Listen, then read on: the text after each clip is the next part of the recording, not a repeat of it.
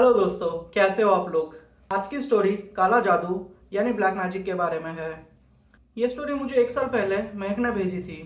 महक मुंबई की ही रहने वाली थी और उसके पापा का एक शुगर मिल था। महक कहती थी कि उनके लाइफ में सब कुछ ठीक चल रहा था। उसके पापा का भी बिजनेस बहुत अच्छे से चल रहा था एंड वो भी एक अच्छा सा जॉब कर रही थी और उसकी मम्मी हाउसवाइफ थी। चीज़ें तब खराब हुई जब वो लोगों की लड़ाई उनके चाची के फैमिली के साथ हो गई। तो हुआ यूँ कि ये लोग कोई फंक्शन में साथ मिले थे एंड महक के महक के पापा की लड़ाई किसी बात पे उनके भाई के साथ हो गई, यानी कि महक के चाचा के साथ हो गई। ये लड़ाई के बीच में महक के चाची ने महक के पापा को अचानक से धक्का दे दिया और नीचे गिरा दिया और पता नहीं गंदी गंदी गालियां बकने लगी। महक का कहना है कि वही आखिरी बार था जब वो लोग खुश थे। उसके नेक्स्ट दिन से ये लोगों की लाइफ जैसे अलग ही हो गई। महक का काम में भी मन नहीं लग रहा था और उसकी परफॉर्मेंस डे बाय डे गिरते ही जा रही थी एंड उसके पापा का अचानक से एक्सीडेंट हो गया और उसके मम्मी की भी तबीयत खराब हो गई। स्टार्टिंग में तो ये लोगों को समझ में आया नहीं कि ये एक्चुअली है क्या। अब पता नहीं ये लोग कितने हॉस्पिटल्स घूमे होंगे, फिर भी इनके मम्मी के तबीयत में कोई भी सुधार नहीं आ रहा था। और हुआ यूँ कि महक ने भी अपना जॉब खो दिया। ये लोगों की सिचुएशन इतनी ख़राब हो चुकी थी कि ये लोग फिजिकली और इमोशनली टूट चुके थे। महक का ये भी कहना था कि उसको बीच बीच में आधी रात में कोई औरत उसके पास बैठी हो एंड जैसे उसके बालों को पकड़ रही हो, उसको ऐसे फील हो रहा था। कभी कभी तो उसके पूरे रूम में उसको ऐसी स्मेल आती जैसे कोई मांस का टुकड़ा खराब हो गया हो और कोई कोने में पड़ा हो, उसको ऐसी स्मेल आती थी एंड उसको अचानक उसको पता नहीं क्यों पूरी नेगेटिविटी फील होने लगती। अब ये सारी चीज़ें ये लोगों को समझ में नहीं आ रही थी। उसके पापा ने भी कई बार ये बोला था कि कोई औरत हंस रही हो, ऐसी आवाज़ें आती है एंड उनको एक औरत अपने सपने में घर के बाहर खड़ी हो वैसे दिख रही है, ऐसा उनको सपने में दिखता है। ये लोगों की सिचुएशन ऐसी हो चुकी थी कि ये लोग कंगाल हो चुके थे। महक के पापा की फैक्ट्री भी अब उतनी नहीं चल रही थी, कंटिन्यूसली ये लोगों को लॉस हो रहे थे।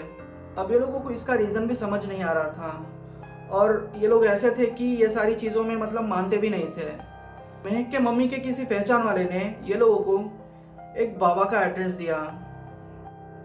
अब स्टार्टिंग में तो ये लोग सोच रहे थे कि ये कोई ना कोई स्कैम हो सकता है, क्योंकि ये सारी चीज़ों पे ये लोग भरोसा नहीं करते थे।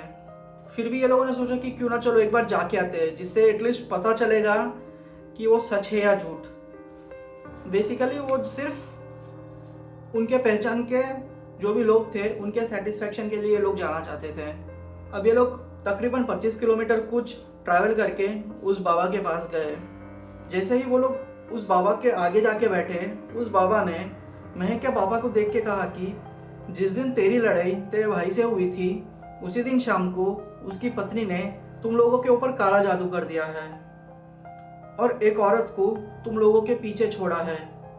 जब तक तेरी जान नहीं जाएगी वो औरत तुम लोगों का पीछा नहीं छोड़ेगी। अब ये सुन के ये लोग शॉक हो गए कि बाबा को ये सब कैसे पता। ये सुन के महक और उसकी मम्मी तो रोने लगे। वो कहने लगी कि बाबा जी कुछ भी हो जाए हम लोगों को बचा लीजिए, उस लड़ाई में हमारी गलती भी नहीं थी, आप कुछ भी कीजिए हम लोगों की जान बचा लीजिए। हम वैसे भी बहुत बर्बाद हो चुके हैं, हम सहन नहीं कर पाएंगे अगर ऐसा कुछ भी होता है तो फिर उस बाबा ने कहा कि एक पूजा वगैरह कुछ करना पड़ेगा। 2-3 दिनों के बाद ये लोग फिर से वही बाबा के पास गए, क्योंकि बाबा ने कुछ चीज़ें लाने को कहा था। पूजा वगैरह हुआ एंड झाड़ फूक भी किया गया, तब जाके ये लोग ठीक हुए। अब ये लोगों का लॉस इतना हो चुका था कि उसे उभरने के लिए वो लोगों को 1-2 साल लग गए। अब उसके पापा नॉर्मल सा बिजनेस करते हैं एंड महक को भी दूसरा जॉब मिल गया है। उसके मम्मी की तबीयत अब ठीक रहती है। यही थी महक की स्टोरी। क्या आप लोग ब्लैक मैजिक को मानते हैं? मुझे कमेंट सेक्शन में बताइए। और एक बात यह है कि जितने भी ब्लैक मैजिक की स्टोरीज मुझे आती है उसमें विक्टिम कोई ना कोई कोई अपना ही होता है और ब्लैक मैजिक करने वाला भी कोई अपना ही होता है।